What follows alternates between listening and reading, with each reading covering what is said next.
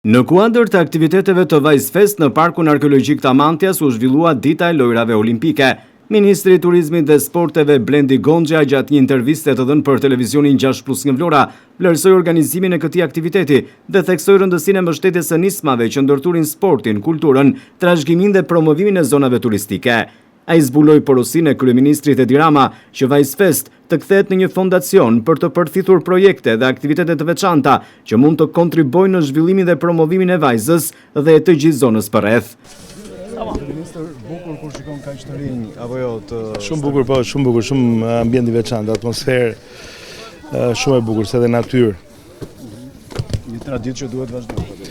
Po, atë po mundohemi të kuptojmë më shumë për mënyrën si organizohet dhe ndoshta edhe për mënyrën si duhet jetë e ndërtuar pjesa e përvitshme e aplikimit, sa i takon shoqatës ose asaj që mund të jetë një fondacion ndoshta, që lidhet me aktivitetet e zonës fshatit Vajz apo dhe të zonës Mëgjër, edhe këtë po bisedonim që të jemi më të vëmendshëm që të kemi një mbështetje organizative për këto lloj shoqatash që janë të zonës të traditës, po edhe ndoshta për aplikimet veçanta në rang ministrie.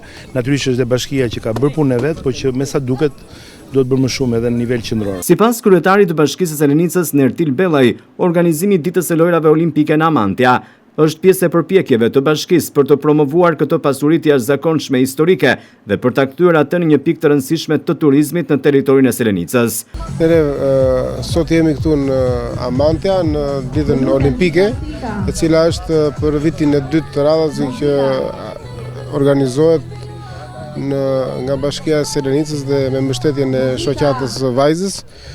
Kjo është një nga ditët e tretë ditëve fest, e cila në qëllim dhe fokus të saj ka promovimin e pasurive të kësaj bashkie.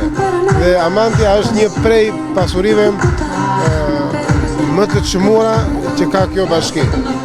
Këtu është një magnet për turizmin, për turistë të cilët pastaj do fillojnë të ndryshojnë dhe mentalitetin e të gjithë zonës, e cila fillon që në gastronomi, që në hoteleri, që në bujtina, dhe që në qasje të konceptit të turizmit malor. Ne kemi si pjesë të angazhimit ton si bashki, e cila për të 3 vitet që unë kam qenë në drejtimin e saj, i ka dhënë një fokus të veçantë këtyre aktiviteteve. Se janë pikërisht këto aktivitete në këto përmasa, cilat e promovojnë, e njohin dhe falë jush media që e transmetoni, jepet dhe me të vërtet nga viti në vit këto festa po bëhen edhe më të bukura, po bëhen edhe më të mëdha, më të bukura i bëjnë prezenca e njerëzve dhe më të mëdha i bëjnë promovimet dhe rrjetet sociale që gjithmonë këto i provojnë çdo herë. Kryeministri ka dhënë porosi që të kthehet në një fondacion. Vajz Fest, cila është një punë e përbashkët dhe midis bashkisë dhe shoqatës, patjetër duhet të ketë rregullime institucionale ku dhe fondet nga qeveria të jenë mundësi të kanalizohen. Dëshira e kryeministrit është të promovohet sa më shumë zona e Labrisë. Në aktivitet ishte i pranishëm edhe presidenti Komitetit Olimpik Kombëtar Shqiptar Fidel Ylli, i cili gjatë një interviste të dhënë për televizionin 6+1 Vlora, e cilësoi trashëgimin kulturor dhe olimpike si pjesë të rëndësishme të identitetit kombëtar. Olimpiki ka hyrë në mes kësaj feste. Para 3 vjetësh mua më ka ftuar kryetari i shoqatës së Vajz Fest dhe miku im Sokol Sadushi për të marrë pjesë në aktivitetin kulturor, artistik, me poezi, me teatr, me muzikë, me këngë. Dhe po diskutonim çfarë mund bëjmë në gjë sportive, por nuk ka gjë më të bukur të gjithë ky sit arkeologjik mos organizosh një festë sportive.